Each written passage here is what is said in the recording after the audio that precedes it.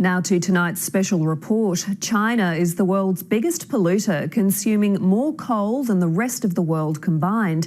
It's now taking global leadership in combating climate change and has pledged to drastically cut its use of fossil fuels. Central to that plan is to make 20% of its energy renewable by 2030. The investment is more than double that of the United States. But China's coal consumption went up last year after 3 years of falls. So is the reality matching the rhetoric? China correspondent Matthew Carney investigates from Shanxi, where the country's coal industry is based. A clean energy future, creating sustainability in China's coal heartland of Shanxi. It's the latest technology.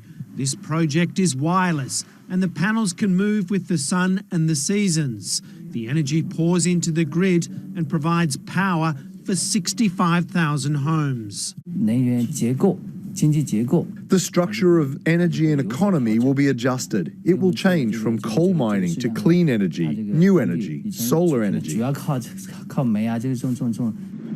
Communities here in Datong have been destroyed by rampant coal mining. The water table has been poisoned and the land subsided. Villages lie derelict and abandoned, once thriving, living off the riches of coal, but no more.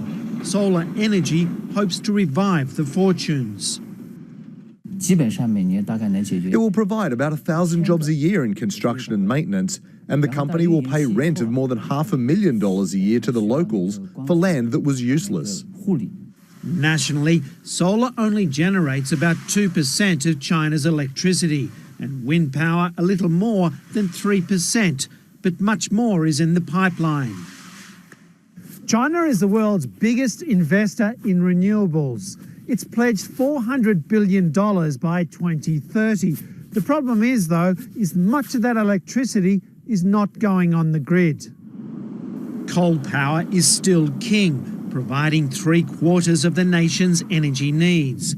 Coal is cheap and China is self-sufficient, and that creates a dependency.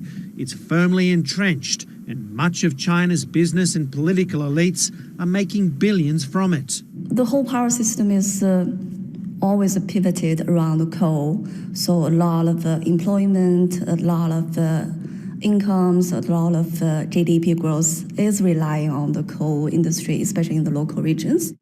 Many renewable projects in the outer provinces are too far away from the energy-hungry cities and industrial centres of the east, and transmission lines in the grid haven't been upgraded to fully utilise the power.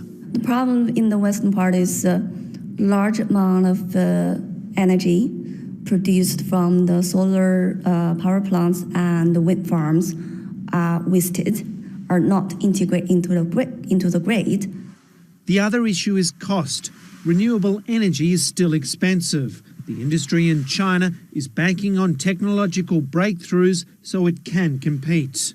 It won't take too long, maybe 5 years.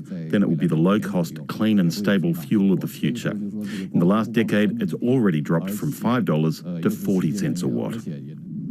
Whether China can recast itself as the world's leader in clean energy will depend on how far and fast renewables develop.